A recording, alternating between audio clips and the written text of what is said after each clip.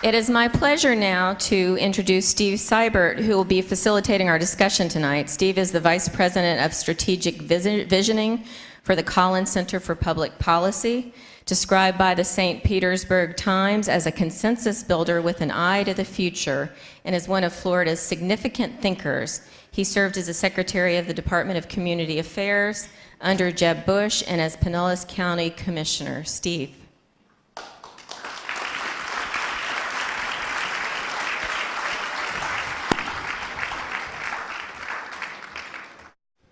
Hello, everyone. I think that Bill's book is profound and it is disturbing. And it is probably, and I hope to tease out both of those concepts over the course of tonight. One of the reviewers of the book suggested maybe a different perspective that I'd like to get our minds around tonight. And I think Bill would agree with this. He said, Bill Bishop shows us that the red state, blue state divide is real. And it is not just the politicians who are responsible for it. One cannot fix a problem unless its root causes are clearly identified. What Bishop has done is provide us with a necessary mirror so we can get about the business of becoming what we claim we want. A single nation, marked not by rancor, but by civility. And so I would suggest as our conversation evolves over the course of the night, he gives us a foundation to understand where we are. The question is, what can we become? So let me start by asking you a couple of questions, and then we will invite up our group. These are all trick questions. Many of us believe, this is so difficult to sit down and do this. Many of us believe that the great middle of American politics is what keeps the pendulum from going crazy. And we have relied on it again and again during American history. Your book argues the opposite. It says that the middle has diminished and may even be close to gone. Is that true? Is that really what you're saying? There are a number of studies that show that from 1976 on, people have become more allegiant to party. And there are more people that say they're independent, but when you ask them further questions, what you find is they normally vote one way or another, and they vote just as allegiantly as people who are who say that they're Republican or Democratic. And the genius of the Bush campaign in 2004 was that they realized this. They looked at the difference between the approval ratings between Democrats and Republicans, and they found that there was no middle. And so they realized in 2004 that they weren't going to run a campaign of convincing anybody of anything. They needed to run a campaign of getting their people out. And actually, I just saw the Gallup released a poll last week showing that difference between Republican and Democratic approval rating of the president is the highest that's in their history. So those trends have only increased from 2004 when the very smart people in the Bush campaign figured out that the middle had disappeared. But political scientists have been writing papers for the last 15 years saying there's no middle. The number of people voting split tickets is declining. The number of straight ticket votes is increasing. So. And there was an interesting part of the book. There are many interesting parts of the book, but one talked about emerging religions. He spends a lot of time talking about religion, and you follow a couple of folks as they move into a less black and white world in religion.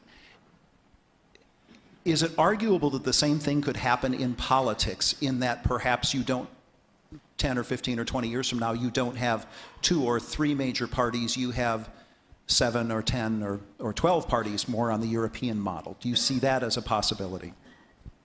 We might have some political scientists here who will tell you that I guess that the way the U.S. system is structured, it's just almost impossible to have a third party. But the interesting the chapter on the book about religion to me was the most interesting because you could see the collapse of the mainstream denominations beginning in 1965 when they all began losing membership, and the rise of independent churches that were built around models of certain types of lifestyle preferences. And it was based on a missionary from India who said churches should be built on the homogeneous unit principle of church membership. And churches were built the way stuff is marketed, and they were built for lifestyle purposes, and that sort of homogeneity has had a backlash among younger people. And there's a church movement called the Emerging Church Movement, and young people are leaving the mega church and they're founding churches where they would tell me, yeah, we have this, we think things are gray. We don't see the yes, the right or the wrong, or the thou shalt do this or thou shalt not do that. And we want to have a religious life that is more mixed up. And so my question, which I don't know the answer to, is there a generational shift away from boomer, left, right, yes, no, for and against kind of politics to another generation that embraces what a student said last night was sort of gray thinking? Can you hear Bill okay with that mic? Okay. And let me just ask one more general question. You described it briefly in your slides, but I thought it was very powerful. You just described 1965 as the great unraveling.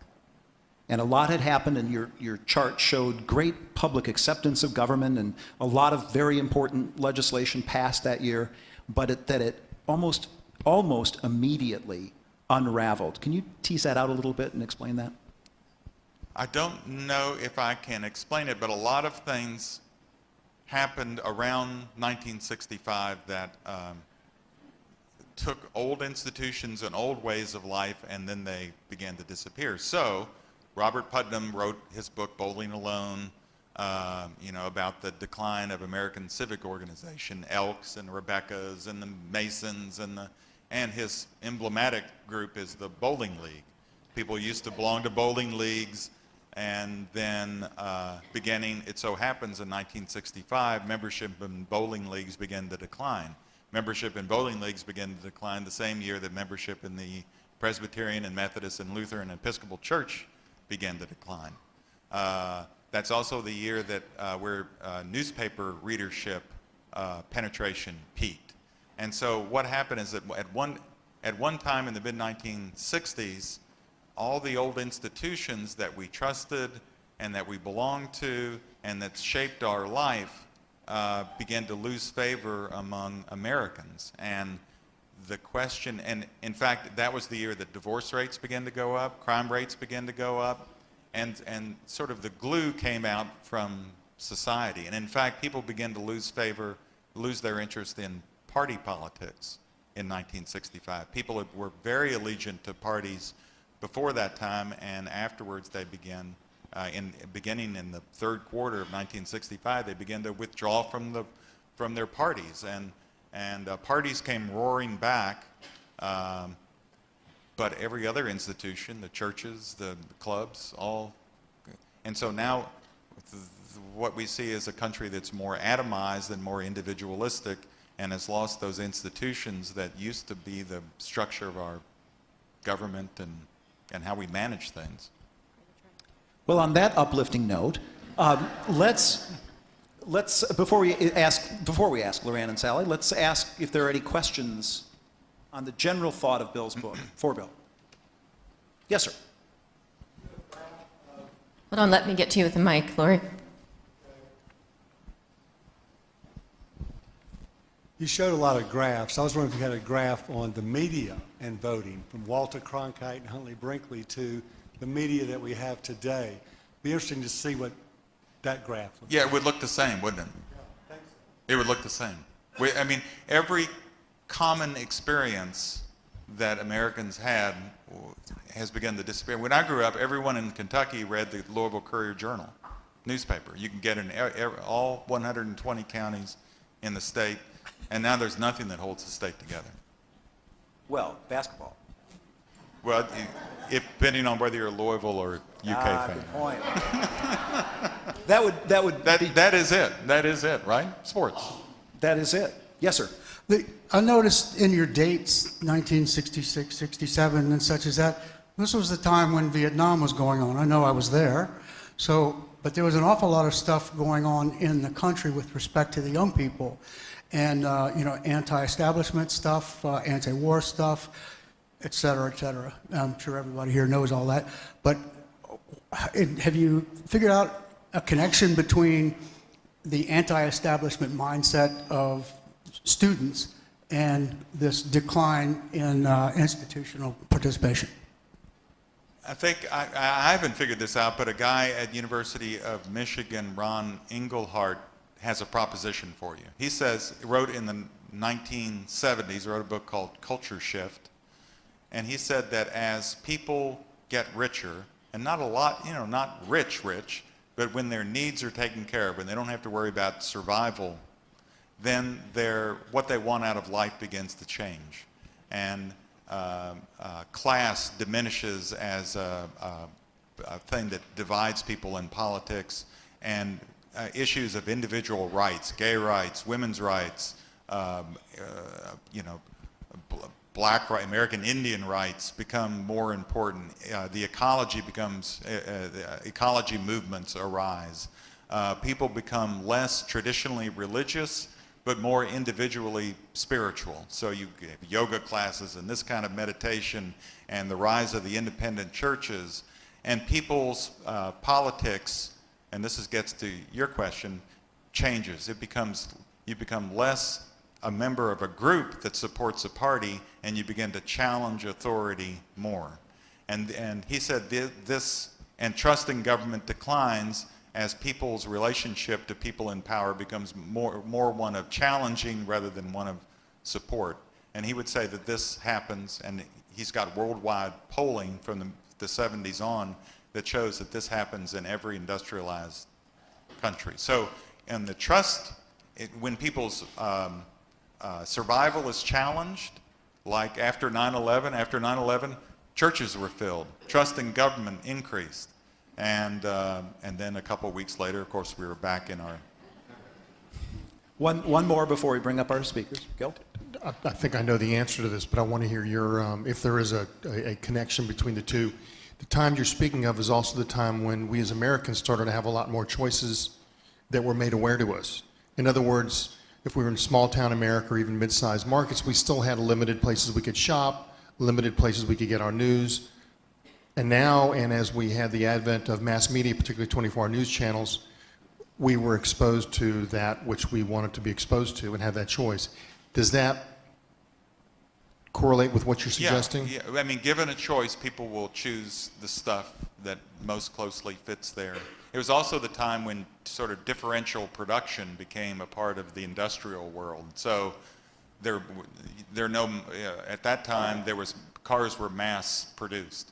And now, I think, no car comes off the assembly line, there are only 100 of a kind come off, and everyone is different, and how many different kinds of Coke and Pepsi, and, 1965, you could get a Coke as long as you bought it, you might be able to get it in a 6.5 ounce bottle or something else, but that was it, and so everything is differentiated, and so, yeah, and opinion is one of those things. Let's move to bringing our guests up here. It is my pleasure to first introduce to you Representative Lorraine Ausley. Lorraine represented District 9 in the Florida House of Representatives for 8 years, and in 2010 ran as the Democratic nominee for CFO. She serves as chair of Whole Child Leon, an initiative focused on young children and their families. Lorraine is involved at a leadership level nationally in No Labels, a movement transcending partisan labels to address America's challenges. Lorraine?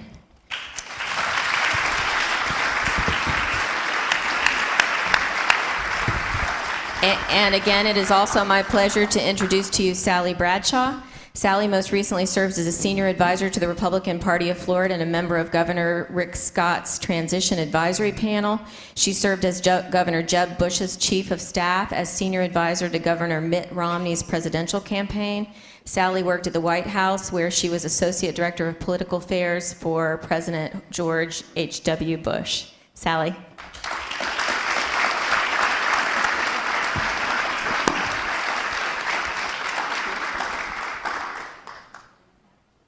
No, that's too freaky. No. That's just too close. Well, this is a conversation among three very special people, and we'll get them started, and we'll see where it goes, and maybe we'll bring in some questions from the audience as well. But let me start with all of this. Bill has posited this notion that modern politics is really about maximizing the base, that's really where you need to spend your time, that the great American middle is gone. Do you think he's right? And Loran, I'll start with you. Well, Steve asked me this last night, about my recent campaign. What did your advisors advise you to play to your base? And my answer was no. I mean, obviously, we hadn't read the book. I wish I'd had this about 6 months ago. But in all seriousness, I've always been, and I guess, today the news of the demise of the Democratic Leadership Council, which is an organization that I've been very involved in, the centrist movement, I guess you could have predicted that. And it's depressing to me. It's something. I mean, and I think you said it at the beginning, Steve. It's profound, but it's also disturbing because I've always, as an elected official, as a public servant, always believed that it's my responsibility to speak to my base, but to represent everyone in my community and to work across the aisle, and that civility is important. And I think kind of what we're saying here is that to get elected and stay elected in these times, civility doesn't matter. And I think that's, we're all here because we believe that civility matters. And I think that, I'm perplexed, but I'm interested in this conversation. All right. Is he right? Is Bill right? Yep. I think yes and maybe. Yeah, I really liked Bill's book, and I would really commend it to you if you haven't read it. It is impressive, and as he said, Republicans, especially Republican operatives, broke the code on this probably 15 years ago when we began to really target people by zip code, where you live, what magazines that you read. One of my favorite pieces of mail that I've ever been involved with, and it was a positive piece, not a negative piece actually, was a piece that we did for Jeb Bush's reelection campaign to Golf Digest subscribers. In 2002, Arnold Palmer had come out, which would have been a meaningless endorsement in a substantive context. But to people who play golf and read Golf Digest, that was a big endorsement. And so we got that subscription list, and we targeted those voters and sent a beautiful piece of mail that never really made the media. It would not happen in this day and age. It would be in the St. Pete Times blog, and I'm sure we'd be roundly criticized for the lack of substance. But it was a very effective piece because we were targeting our base. In Florida, and I can't speak to other states, but there are actually more registered Democrats than Republicans. So to win in Florida, if you're a Republican, you have to turn out more of your supporters than the other side. And so targeting people who read Golf Digest, made sense to us. And so that's part of what you do as an operative. But also in Florida, I would say that the largest growing segment of the voting population are people who register no party affiliation and people who register as independents. In fact, we have roughly 4.5 million registered Democrats in the state, 4 million registered Republicans, 2.3 million no party affiliation and independent voters. And so to win in Florida statewide, you have to make an effort to get to the middle. It's important, and I'd be interested in Bill's thoughts on that because, again, that's not broken down by county. It's really a statewide perspective, but I don't think you can get away from the need to speak to the middle in a state like Florida. Bill, you got a thought? Well, I can just repeat what when the pollsters call it the people who say that they're independent, they ask them, people say, I'm an independent. And they say, well, who do you normally vote for? Oh, I normally vote for a Republican, or I normally vote for, and as they keep asking the questions, they find those that say that they're registered independent are vote about as allegiantly as those who say that they're Republican or Democratic. So when you get down to the people who truly switch back and forth, then it's around 6 to 8, 10%, according to the, and at that point, then it's still, when election is 50-50, it's a big number, but it's not the kind of, and this gets away also from primary elections then, where, that's 6 to 10. The thing is, people who haven't decided, they're the ones that don't vote, right? Undecided people are the least likely. The people who are most likely to vote are those that have strong opinions. So people who say, well, I don't know what I am, you can almost think, oh, And I guess, back to that point, in a statewide election, like mine, you hope that the party gets the base out, and your job as a candidate is to speak to that 6 to 8%, because that's going to make the difference. I mean, and that's what we're battling for, is that 6 to 8%. Somebody's going to get the Democrats out. They're going to get their base out. You hope that your operatives are better than the others, but you do have to speak to that 6 to 8%, and that's, I guess, where we are coming from.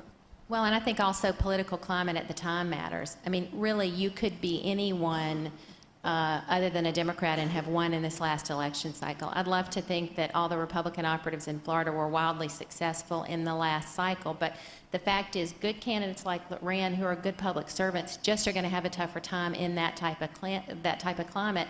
And the same would be the case, 2 years earlier. I mean, there is a lot of change in short periods of time. Voters are fickle, and you see that. I'm so intrigued by this no party affiliation, and the numbers are staggering to me. Have you parsed through to determine what the younger voters are doing along the lines of what they're doing in your emerging religions bill? I mean, have we looked at older no party affiliation versus younger? Is there any wisdom out here on this? Sally, do you know? Well, I was asking Bill, but he looked at you. Well, I mean, the interesting thing to me in looking at independents, and if you are an operative and you run campaigns, you really look a lot at the I-4 corridor, too. You look at regions of the state and counties in the state, as Bill has discussed. But typically, these people are not as motivated to vote, and younger voters are not as motivated to vote as seniors. So within those independents, you target people who are the most likely to vote, and younger voters don't seem to be as interested, with the exception of when you have a candidate like Barack Obama, who is really the first modern-day candidate able to motivate young voters to the extent that he did and get them to the poll. But we didn't see that continue on into this last election cycle. No. One thing that Sally and I talked a little bit today about this, and it's something that I also find disturbing, but I'd like to talk about it, and it is assumptions that we make about each other because of any number of labels that we label each other. You're a Republican, so you don't care about the environment. You're a Democrat, so you don't care about small business, or whatever those labels are that are almost always wrong and troublesome, but we do it anyway, don't we? I mean, isn't a huge problem that we have is our predisposition to label, to make assumptions. Well, and Steve, we talked about this. You were on the Preston Scott show this morning, and I listened to it, and I turned it off. And I had to take my son to school, so I got back in the car, and you were gone, but Preston was continuing to talk about you. And I go to the Preston Scott show regularly, but to prove your point, he made a comment that was really quite offensive to me, saying that he just doesn't understand how anyone who believes in God and goes to church can be a Democrat. And so, absolutely, I mean, and that, of course, he's driving his business. I mean, that's what he does. But I immediately emailed Eric, the other guy that's on the show with him, and I said, did he just say what I thought he said, and does he say this often? And he said, yes, he said it. He doesn't say it often, but he believes it. And you should email him. And I said, well, I'm not sure I want to engage him on that today. But I think that affirms your point. Is that it is why gatherings like this are so important to break down those barriers. You talk a lot about the old days of Congress, and it's the same in Tallahassee. I use this example all the time. When the legislature would come here, bring their family, kids would play on Little League teams together, they would dine together. They didn't hate each other, they didn't demonize the other side, and I think a lot more got done. We see that same thing happening here in Tallahassee, that is happening in Washington, that it's easy to put those labels up and just assume the worst of the other side rather than try to start from the point of common ground.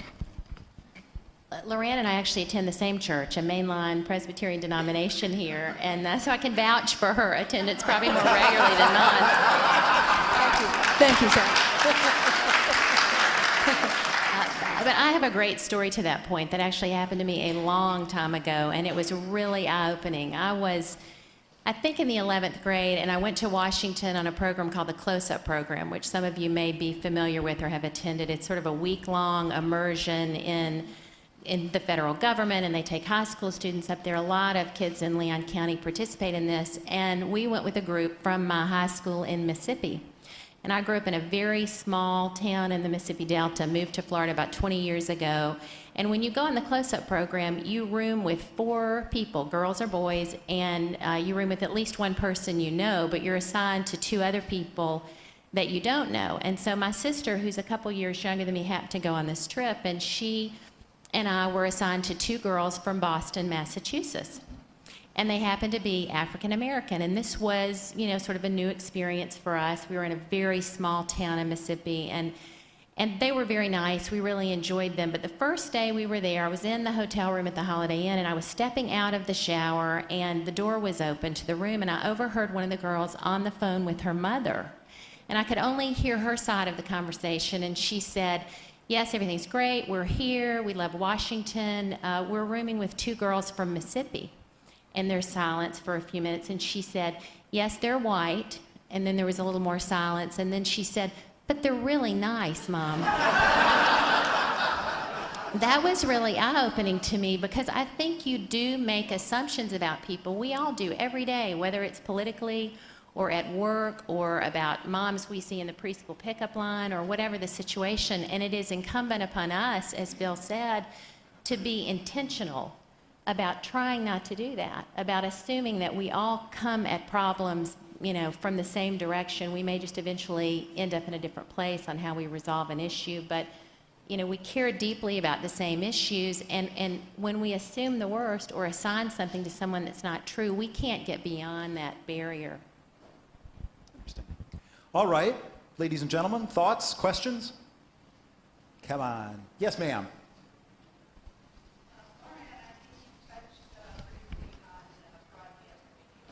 If we could, for just 1 second, I think Liz is rushing to give you a mic.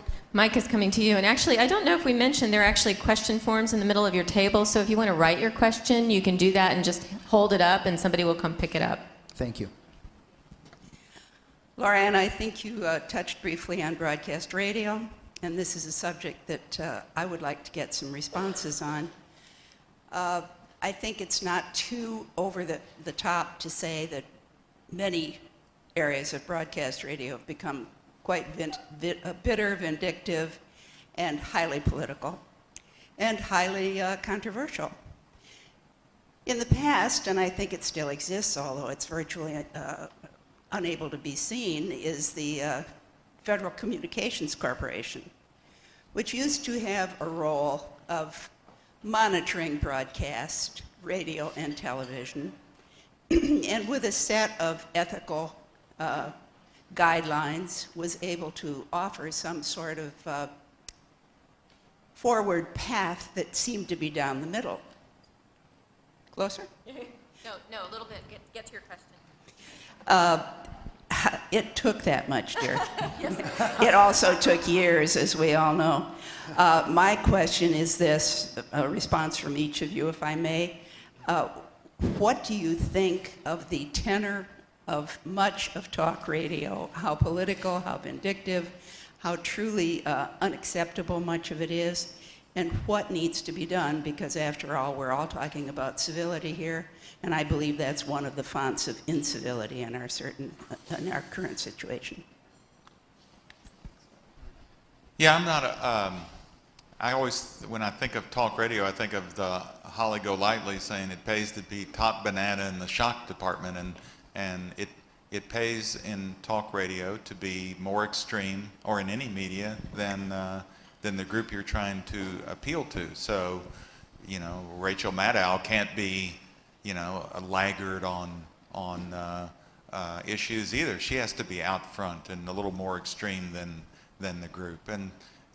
But this whole, I don't think media made us this way. I think media plays to a market that exists, and all this was happening long before Rush Limbaugh was on the radio, and he found a market, and now MSNBC has a market, and there you go. But we're creating this, not them.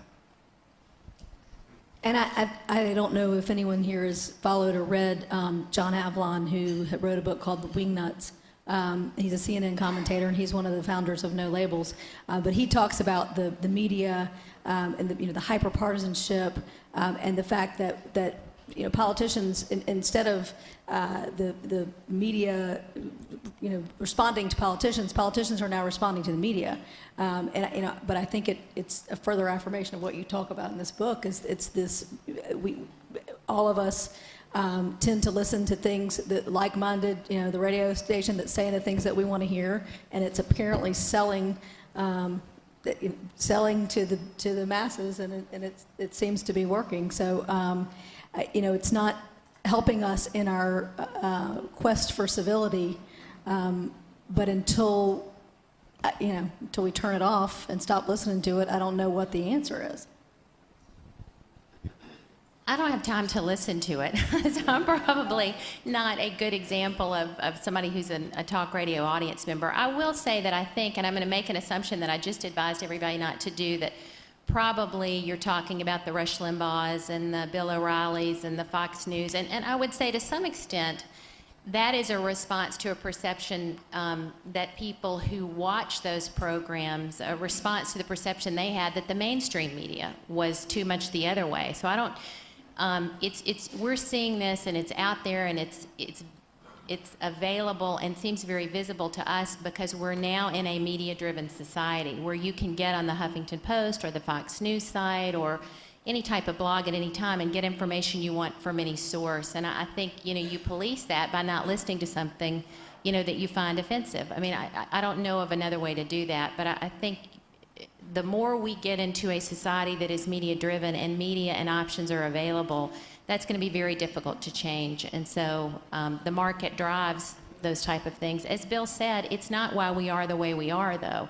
And one of the other questions I had for him, if I can just throw something out, because I'm really curious, you started your book looking at this in the 60s, so sometime after the World War II generation, when generally Americans for several years in there felt very together. We were all on the same side. We came out of the war successfully. We fought a huge battle.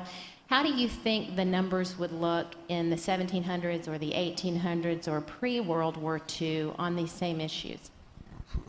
Well, it varies according to the time. So in the 1890s, or in the 1850s, or 1860, right? I mean, what did Lincoln get, 3 votes south of the Mason? I mean, literally, none. And 1890s, the same way. So periods of extreme stress, this reappears. And what happens is that there are fewer areas where people are friends. There are fewer cross-cutting issues. So things work better, like with the tribes, when we could avoid the Civil War for years because people in the North and people in the South they were friends about trade or about transportation or about other issues. It's only when all the issues become aligned that we get into trouble. So now we're in a situation where Republicans are always enemies with all Democrats, and Democrats are always enemies with all Republicans, and there's no issue that arises that cuts across those strict party boundaries. So in a way, the labels are correct. When I had a Republican county commissioner in Oregon tell me, he said, people don't have to ask me about abortion now, they just ask me about property rights. And so once you know what someone believes about property rights, then they know what they believe about abortion. And so when that sort of thing is happening, then the labels begin to have more meaning, and there's less opportunity for people to engage others in any sort of mixed up way. It's always the same. And Bill, isn't there evidence that suggests that people are actually starting to adjust their opinion on issues? Hi, Bill. Adjust their opinion on specific issues based on their tribal affiliation, their party affiliation, rather than necessarily what they thought to begin with. Yeah, yes, and so in order to be a good member of the tribe, of your group, then there's some evidence that people are changing their opinions, or they're in fact changing their churches, Robert Putnam believes, in order to, so that their church affiliation aligns with their political beliefs. Okay, we've got another question back here. Okay. Good evening. We heard a lot about society tonight. We heard about tribes now, but I really wonder, looking at a politician and a political advisor and somebody who studies politicians and political advisors, are we really dealing with a phenomenon that's top down as opposed to bottom up? And by that I mean, we look at politicians and their advisors and the spin meisters and the radio announcers and the TV and all these other people, community leaders.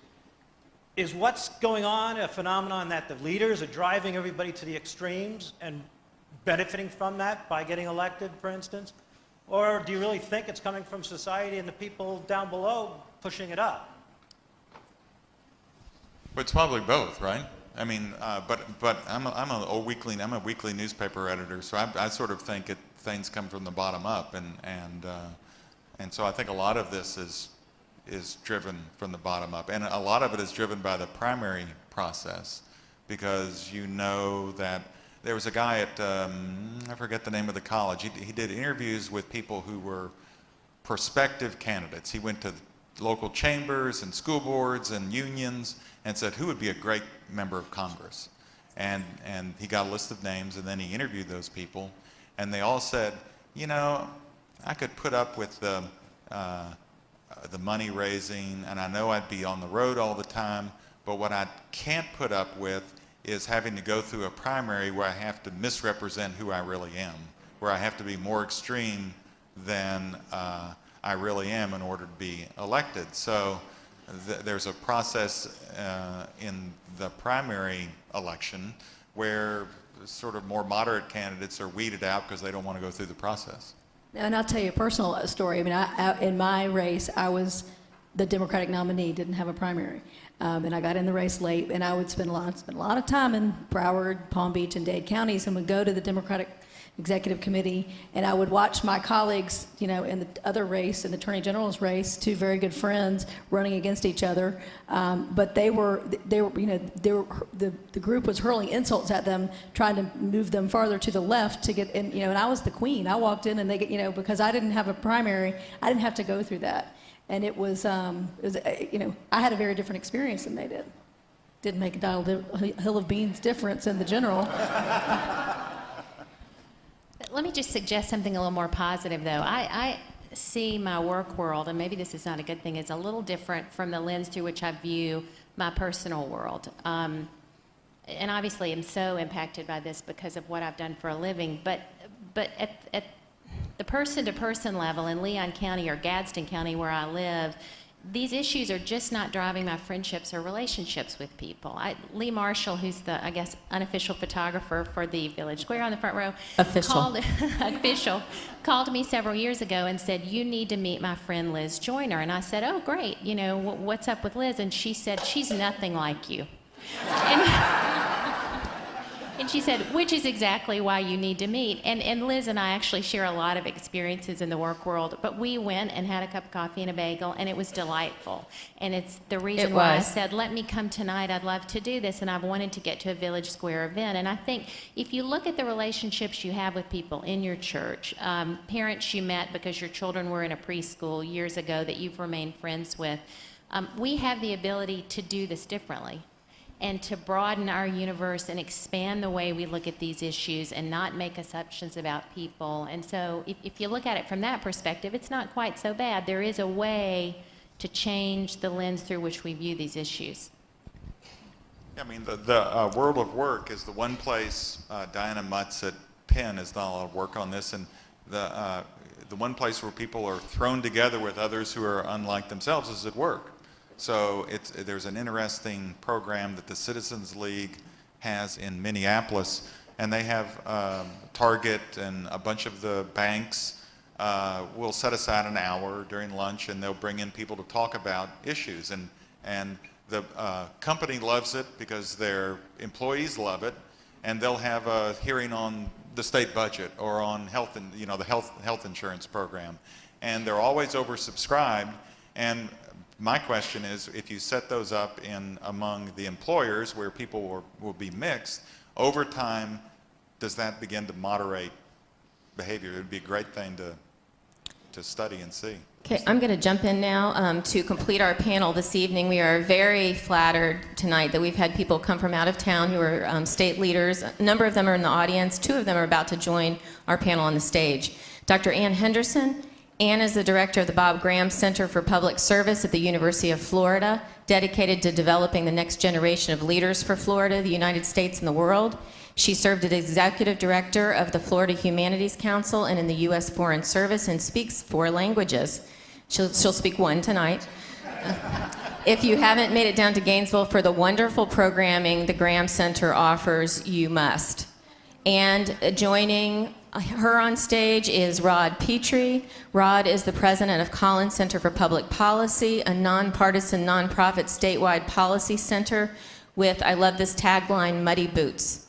They really involve themselves with the citizens of our state. He recently retired as senior counselor to Holland and Knight. Petrie serves as counsel to John S. and James L. Knight Foundation. He served our country in Korea and Vietnam and was just named Florida Trends Floridian of the Year. Rod?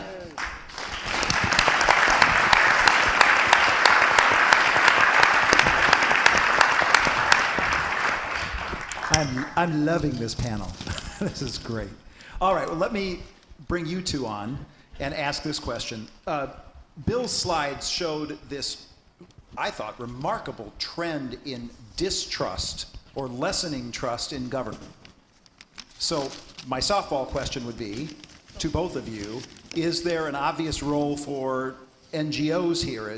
Do you all, at the Graham Center and the Collins Center, do you see yourselves filling that void of trust?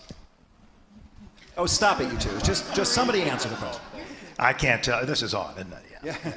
First, I'll answer your question, my friend Steve, but I want to respond to the great introduction that I got. But I've been waiting for an introduction that I would really like. I mean, that was all right. That was okay. But the one I want is the guy whose bald head is a solar panel for a sex machine.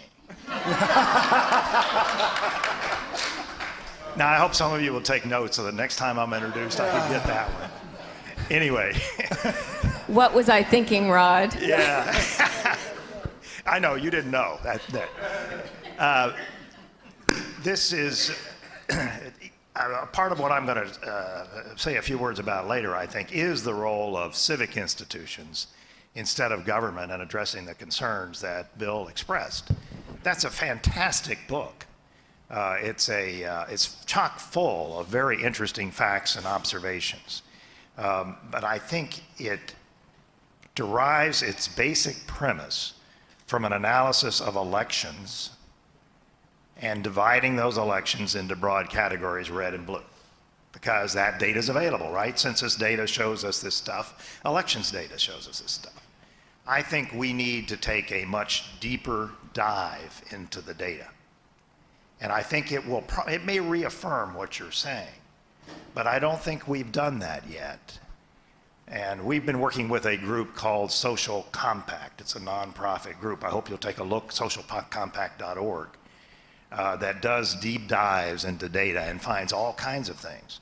For instance, it looked at the census data for the city of Miami. The census said there were 350,000 people in the borders of the city of Miami. By using other data, they found more than 500,000. The census data showed $5 billion purchasing power. They found $9.4 billion. And the census accepted these changes. 80% of the challenges that Social Compact has sponsored before the census have been accepted. For that reason, they look at unusual data. Now, that takes a lot of time and money. We're working on how to make that easier and more easier to do, because Bill and his colleague used data that was readily available. Census data is now coming out, and it's going to use the same formulations before. Just take the racial categories. How many people in our nation are now much more mixed than any census category gives them the option to elect? So we don't really have good information about mixed race people. People will sit around telling you all that. You know, I'm 10% Polynesian and 20% this and 30% that. There's no category for that. There is a general mixed category, but so we've got to look deeper. I say this as a group, a civic group that likes to rely on facts and evidence and social analysis, and we've got to look much deeper. I think if we do, we're going to find these reds and blues are many shades of red and blue. The best example right now is the Tea Party, you know, as a big part of what we're calling red. So there's even overlap into blue in some Tea Party organizations. So we've got a much deeper dive to make, and that includes looking very, very hard at how people are aggregating themselves. Yes, they are selecting. I agree with that basic principle. It's happening, but I think it's happening in a different way than we're seeing. And that raises my second point, and I'll defer to my colleague, Ann. And that is, we're now substituting, and this is going to happen over a long period of time, but it's happening rapidly even then. We're substituting space for place. Place is becoming irrelevant. Just talk to the young folks who sit with you all the time. They're in ether space. Our identities are aligning with people in many different places because we can communicate with them. And this is eliminating over a period of time what we've now depended on for so long, national and state borders. That deals with the relevance of government. Governments, and big corporations know this, big international corporations really don't have to deal with all the constraints of national governments as much as they had to in the past. They're employing people all over the world. There's no national government, at least in the Western world, that controls employment within its borders. Really. These borders are disappearing because space is replacing place. And our politics and our governments are organized around place. So I think we have a long way to go before we truly understand this. I think Bill's book is a major contribution, and it will provide fodder for discussion and thought for years to come. But the ground is shifting. It shifted away from when Gaga, my 94-year-old mother-in-law, was a friend of Bill's family. And it's shifting dramatically in our own time. We've got a long way to go. I think Bill's given us a lot of food for thought for the future. Thank you. You can answer any question you want to. I got thrown off by the solar panel thing, so it's your honor. I'll never look at Rod's head the same way. Yeah. Rod, you've given me a whole new idea about baldness tonight. I have some good news and some bad news. Has anyone ever, all right, think about the map of the United States. We saw those maps that Bill gave us tonight, and we're all from Florida here. So Bill, I'll tell you about those maps. We wanted you to get rid of the rest of the United States. We wanted to see Florida bigger because we couldn't see our towns clearly enough. We wanted a better breakdown. We think of ourselves like Texas as we don't need the rest. Am I right? That map, all those other states were just getting in our way. So, okay, the question was, what could NGOs do here? And here's my answer. I'm going to address the question. We're studying something called civic health. Anyone ever heard of this term? Okay. We've been studying it in the United States since 1959. You probably won't be surprised that Florida ranks 46 out of 50. Now, here's a question you might be able to answer because this is such a smart-looking group. What is the closest indicator of how strong your state's civic health is? Any idea? The strongest indicator in a state. Okay. Daniel Moynihan came up with this. It's how close your state is to Canada. It's true. Okay, now you know why we are 46 out of 50. Now you're laughing here, but just think of those states up there, right? Okay, they have something we don't have. They have a lot of things we don't have. They have a little bit more longevity in the United States in terms of the union, blah, blah, blah. But if you look at also the civic health, the strongest city in the country, it's Minneapolis. And it's, on the other end, the weakest, it's Miami. Okay, what is the United States going to look like more in 50 years? Is it Minneapolis or Miami? Okay, right, you got this. So, look, forget about the settlement houses in Minneapolis and how well they worked. It isn't going to work in Miami, and in 50 years, it's not going to be the answer. So we've got to get it right, not only for Florida, but we've got to get it right for the United States, because we're what the United States is going to look like. By the way, those indicators are things like voting. There are also things like, did you go to a city council meeting? Did you volunteer? And we can even debate now whether those indicators work. They may work for people in this room.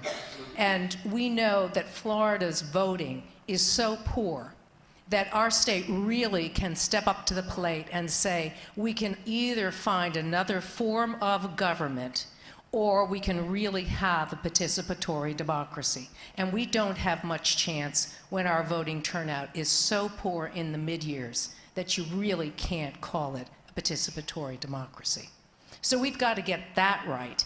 And then there are lots of other indicators, and we don't know. I was talking just briefly to Bill. We don't really know too much about these. We know that the strongest indicator of whether a young person will become engaged in their community is not whether they volunteered for Habitat for Humanity, but whether they were in the marching band. 67% of the voters in 2008 got their information about the campaigns on their cell phones, and 63% of them voted. So we really don't have, that's Pew, by the way, we really don't have very much information. And I'd say a lot of the things in Bill's book, I said, I wonder if that's true for my generation. I wonder if it's going to be true for the generation from, let's say, the millennials down. And I'm not sure. My students would say to me, I didn't vote in, but I participate on 4 political blogs. I still say, we've got a democracy and you've got to vote. But they're looking at this very differently. Their participation, they would define differently. Now, I think as Floridians, because again, I don't care about the rest of that map, Bill. I wanted to see Florida a little bigger here, because that's what I'm really focusing on. I think the young are going to save us. That's the good news. Because I think, unlike the big sort and our generation and above, I think young people search out diversity, embrace it, and don't even think about it in the same ways that we do. I see all kinds of combinations that are, that appear to me daily, which we could not define in some kind of a census box. I think the questions that if I said, well, is that a mixed marriage to somebody who's 24, they might not understand what I'm asking. Now, I think the young are going to save us on that, but I'd say that our generation and above of Floridians have left them a terrible legacy. We have left them news and broadcast that does nothing but rant and rather than look for consensus. And those are big, hard things to change. And the other is, and I disagree with my colleague Rod on this, I think place does matter. I just was called for jury duty a month ago. I've lived in Florida since 1985, and this is the first time I've ever been called. I think it's because I move too much. But I went and I reminded myself of how fun it is to, although the trial was terrible, the civic function is wonderful. It's like going to vote. I've been doing it so absentee so often that I miss that experience of being a citizen with a bunch of other people and having that function together. So the jury duty, which is horrible, was wonderful as a reminder of that. But the legacy I'm talking about that we, that's it. As Floridians? Okay, well, all right, as Floridians, what we have left, our younger generations, is a state where it is almost impossible to live in a diverse community. Our communities are gated, they are economically segregated, and it's going to be really tough to change this. Think about your own community, whether it's Gadsden or Tallahassee. Oh, that's it. If you can't afford, maybe I'll finish it. If you can't, well, I've tried all four. And your time is up. And I'm just going to finish this last thing about place. If you can't afford to buy into a community, if your community is gated by economics, then how are we going to ensure that the next generation has a choice about who they want to live with when it is economically determined? And Florida has done this in spades. Well,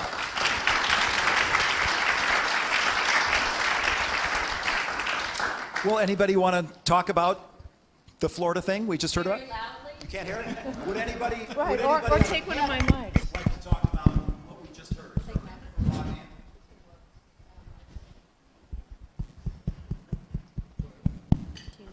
No, I know it works. I'm not. There's too much out there. I'm not sure. I think he's right on the space issue, actually. I mean, I can appreciate what you said related to the gated communities, but the truth is, if we want to resolve the problem, we have every tool to do this. Never in American history have we had the access to data, to information, to resources that we have right now. And if I'm not reading the New York Times, once a week, I'm making a mistake. If you're not looking at the Wall Street Journal, you're making a mistake. I mean, we have to individually take this on, one person at a time, groups of people, and expand our universe. I mentioned earlier I live in Gadsden County. When I started to read Bill's book, I asked my husband, Paul, do you think we relocated to Gadsden County to be more, with people who are politically like us? And he said, well, I don't know. What do you think of our neighbor, Bill Lett? And we live on a farm, so I don't really have a next-door neighbor that I can go borrow a cup of sugar from. We are in a true rural area. Mr. Lett is our across-the-farm neighbor. He is a taxidermist.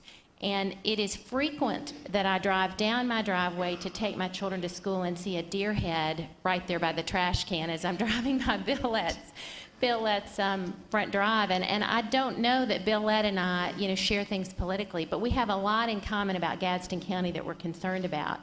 Now, we may be the reincarnation of the Unabomber because I think we've moved to Gadsden to escape government. And certainly, if you're in Gadsden County, you can make the argument that you have escaped any form of effective government by living in Gadsden County. But I think the point is, we have a lot more in common than that. It's just true. It sounds like a cliche that unites us and divides us, but it's incumbent upon us to do the reach out, to find the information, to make the relationships to solve the problem. Yeah, and I think in Bill's book he talks about, or there's a premise of the paradox of democracy that doesn't exist anymore. The reasonable citizens that are willing to listen to the other side and also excited about politics. I mean, I think you say that doesn't really exist. I mean, I think you got 165 people here that that prove that theory wrong. And we just have to, it is incumbent upon us to continue this dialogue, continue, for me to listen to Preston Scott and to find out what the other side is saying. And here I am calling them the other side.